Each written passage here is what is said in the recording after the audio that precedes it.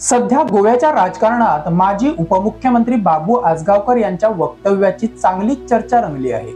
बाबू चक्क स्वतःला आणि सध्याच्या सर्व आमदारांना चोर म्हणून ओळख करून देत आहे।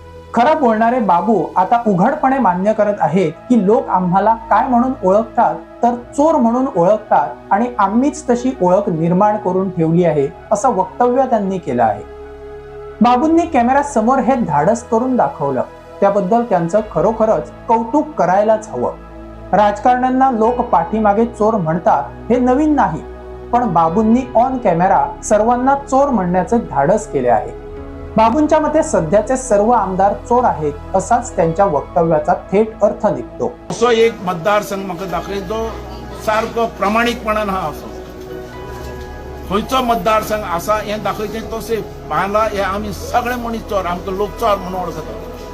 प्रत्येक आमदाराक प्रत्येकाक कोण बरो आहा तो ताणें सांगचें आनी ताचे भितर क्लीन आहा तो सांगचो।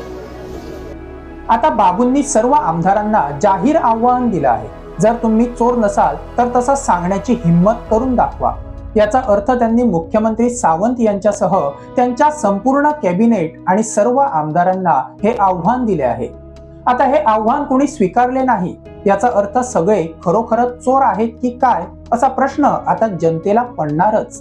बाबू आजही भाजपमध्ये आहेत आणि भाजपचे सरकार गोव्यात सत्तेवर आहे, तरीही आपल्याच पक्षाच्या सरकारला चोर म्हणण्याचे धाडस त्यांनी केले। एकीकडे टीसीपीच्या कलम 39A वरून सरकारवर आरोपांचे मळब दाटले आहे, यातून पक्ष आपला बचाव करण्याचा प्रयत्न करत आहे, तर दुसऱ्या बाजूला स्वतःच्याच पक्षातील माणूस जेव्हा असे आरोप करतो तेव्हा दाल में कुछ काला है असं लोकांना वाटणं साहजिकच आहे। बाबू, तुम्ही दिलेली ही प्रांजळ कबुली आहे आणि तुमच्या धाडसालाही मानलं, पण आता लोकांना हे सुद्धा समजावून सांगा की ही चोरी नक्की कोणत्या पद्धतीने होते आणि कशी केली जाते। तुम्ही स्वतः चोरी केल्याचे मान्य केले आहात, तुम्ही कशा प्रकारे आणि काय चोरी करून आपली पुंजी जमवली हे तरी लोकांना समजावून सांगा। 2017 मध्ये 4 कोटीची संपत्ती असणाऱ्या बाबूंची संपत्ती 2022 मध्ये थेट 9 कोटींच्या आसपास कशी झाली, याचं रहस्य काय हे तरी आता पेडणेकरांना समजलं पाहिजे। आम्ही चोर हा शब्द वापरणार नाही, पण मान राखून नक्की किती मिळवले हे तरी स्पष्ट करा।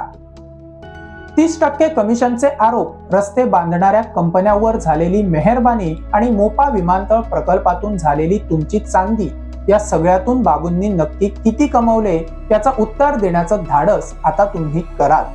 आता बाबू पुन्हा पेडण्यात येण्याच्या तयारीत आहे, यावं, तुम्हाला कोणी रोकत नाहीये, पण पेडण्यात येण्यापूर्वी राजकारण्यांना चोर का म्हणतात आणि तुम्ही कशा पद्धतीने कमावले याचे उत्तर देऊनच या।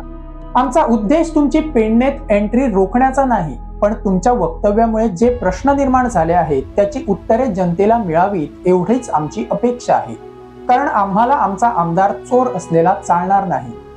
हे मी खरंच बोलतोय ना? हा प्रश्न मी सर्वांना विचारतोय।